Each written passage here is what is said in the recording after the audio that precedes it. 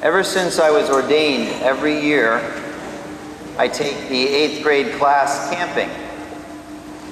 And you know, it looks really good on paper when you're thinking about it. But there are some logistics there, and it is very weather dependent.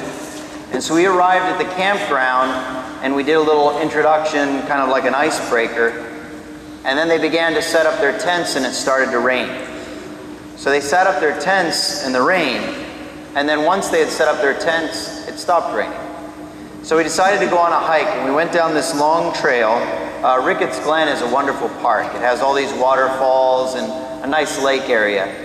So we begin walking down, and there was this one child, one 8th grader, who gravitated toward me. And so he followed me down, and as we're walking down, he's saying, "Father, I can help you out here, because I've been in a lot of camping adventures and things like this, and I have some advice that might be good for you." And I thought, okay, well, we'll listen to this. So we get going further down the way, and he said, "You know, this must be awfully hard for you." And I said, "Well, why?" And he said, "Well, being that you're older and out of shape." And I thanked him for that. You know, it's not that there was any malice there, there was just no filter between here and here. And so this is how the rest of the trip pretty much went. We arrived and we went back up and we started a fire. Now, you know how difficult it is to start a fire when there are 20 people watching you. And he was there and he was ready with his advice and everything from how the cavemen did it up through modern technology. He was ready to help. And so it reached a point where I said to Father Wayne, "Take him. Take him, he's your responsibility." And I actually started putting kids in charge of him too, to stay around him and keep him occupied. And so we began to cook, and of course the children were famished, like they hadn't eaten in days or weeks. And we were cooking hamburgers and hot dogs on the fire. And he approaches. And he says, "Where's the bacon?" "Well, you know, you want bacon cheeseburgers, right? Don't we want bacon cheeseburgers, guys?" And he's like, you know, starting a riot. "There's no, the bacon's for breakfast. We're having bacon for breakfast, so we're just having," okay. So I'm cooking there, and I'm sweating to death, and I'm just watching, and I'm thinking, soon I'm going to be able to enjoy one of those hamburgers. And I was cooking the whole batch. So we cooked it, everything was done. I go over to sit down, and there's not a hamburger left. And there he stood, chewing on number 3 that he had had. So I thought, well, things can't get much worse than this. It started raining, it stopped raining, it started raining, it stopped. The roof was leaking in one tent, you know. I said, "Did you put a tarp under it?" "Well, no, we didn't do that." "Well, did you put a rain fly?" "Well, we forgot the rain fly." "Well, here's a bucket." So they just had the leaky roof. Some of the kids stayed outside in the rain, some went into the tents. So it's finally about 11 o'clock. And this is the one night of year that I stay up all night. And so I plant myself by the fire. I'm seated in a nice chair. I cover up with this thermal polar sleeping bag. And I'm ready to hold vigil. And darned if I don't hear his voice come out of the tent. "Father, I'm sorry to bother you.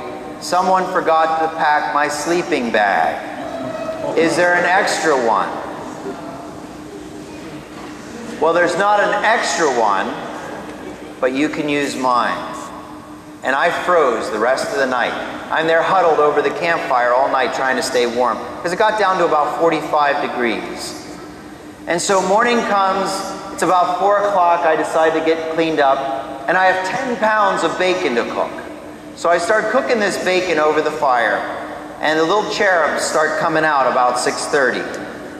And we're cooking pancakes and bacon and sausage. And he approaches with sleep all over his face and says, "Oh, thank goodness, I'm so hungry for breakfast.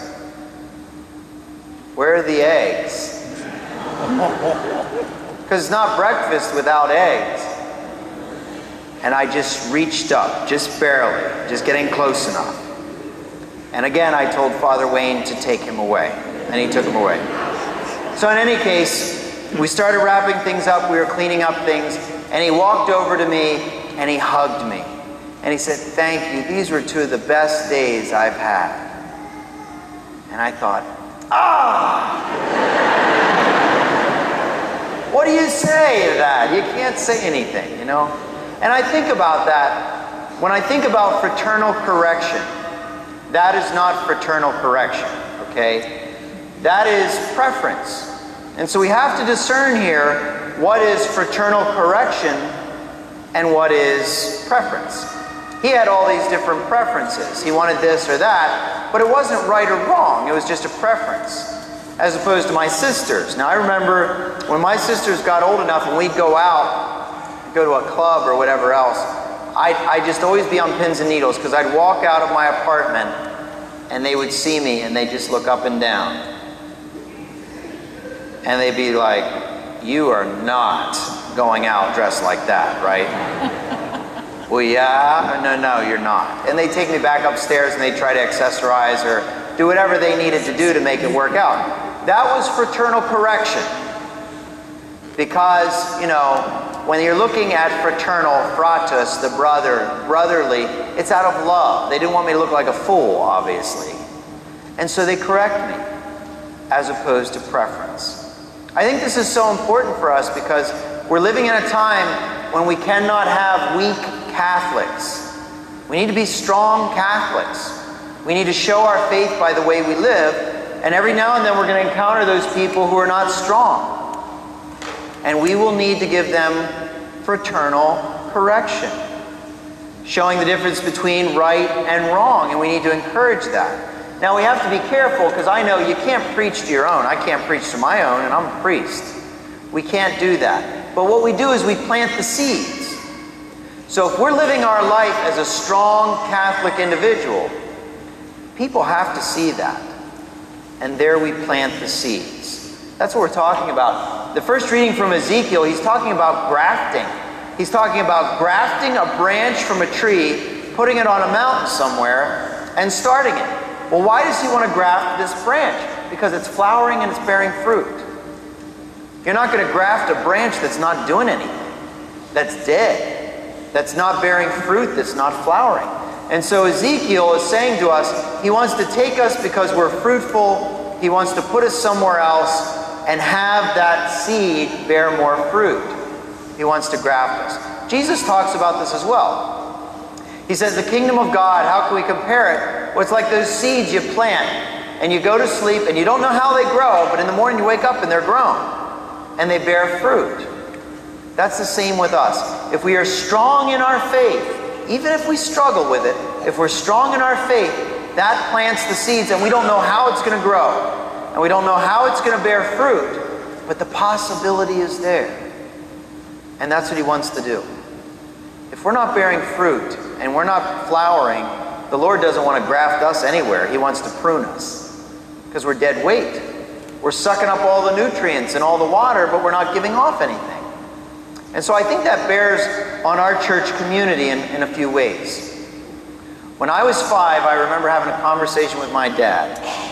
And I was complaining because I had to take out the garbage and because I had to do chores. And I was complaining because they didn't always make what I liked for dinner.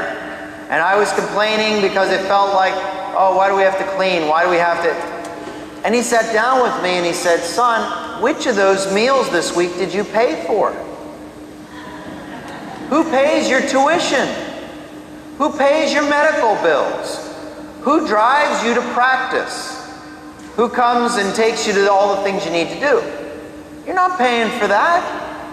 That's us. And so you're part of a family and you need to give. Now I was 5, so I'm thinking I still don't get it. But his point was, even though you're 5 years old, you can still try to make your bed.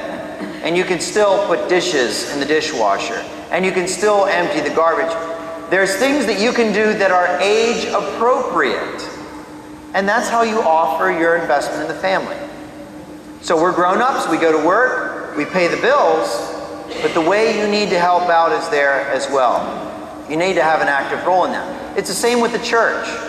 In smaller churches, sometimes it's a little easier to be involved because if someone's missing, we'll know it. But in a church like this, sometimes it's very difficult because we can hide and say, well, I know someone will take care of it. or I know someone will pray. We have to be active. We have to be an active member of this family. And so 2 opportunities. The first one, this very week we have the parish festival. Thursday, Friday, and Saturday evenings. A couple hours where we can go out and show our investment in the family. And I think we should do it as a family. So to be just one family member that does it, that's one thing. To have your whole family involved is a wonderful, wonderful investment. And it shows people that. And that's planting the seeds that we're talking about. So after Mass today, there are people giving out these little cards. They're reminder cards. Because I know sometimes we forget, we get overwhelmed about your involvement. If you could give 1 hour, 2 hours, 17 hours, whatever you want to do for the festival this week, it's a wonderful opportunity. Because it really, as opposed to the money aspect, which it is a fundraiser, I'm more concerned about the community. It builds community in the church and beyond the walls of the church. And that's how we get our message out there. The second opportunity, as of late, our religious liberty has been attacked. We don't have the freedom, or our freedom to worship as we choose might be threatened. And we don't want to take this lightly. I mean, this is a time we really need to be convicted in our faith, and we need to pray for that religious liberty. So at the end of this month and into July, the bishops have brought together what's called the Fortnight for Freedom. It's 14 days during which time we will pray for the preservation of our freedom to worship as Catholic people, as religious people within the world. And so each day for daily Mass we have special prayers and we have a reflection that will be offered. And if you could go to daily Mass and celebrate with us, that's great. But if not, we ask that we pray in private for this. And this is something where we can't say, let the holy people do this. We are the holy people. All the family members need to be involved in this. July 3rd then, at the 9 a.m. Mass, afterwards we're having exposition of the Blessed Sacrament. And that will continue through the night, 24 hours, until the next day at 9 o'clock when we celebrate the 4th of July. And we will repose the Blessed Sacrament and celebrate Mass. All during this time fasting and praying for the protection of our basic rights. Here are 2 opportunities with our family. We can bring them to the festival and participate. We can bring our family to adoration, to Mass, and pray as a family for the protection of our rights. And so I offer that as some reflection for this week. Remember, we're a part of a big family, and the Lord wants us to bear fruit that will last. We can only do that if we are taking these seeds with the way we live our life and planting them. And then that's our responsibility. The kingdom will grow. Finally, this is the last week for Father Chooks to be with us. That's the bad news. The good news is he's at Margaret Mary Church over in Harrisburg. And so yesterday we moved half of his stuff. I hope it's half of your stuff, at least. And we're going to move the other half today. But certainly we ask for your prayers and continued support of him in this new ministry. He's been a real asset to us here. And after communion, I'll give him a few moments to speak to you on his own behalf. But again, please offer your prayers and really think about how you can take the gifts that God has given you and use them for his church.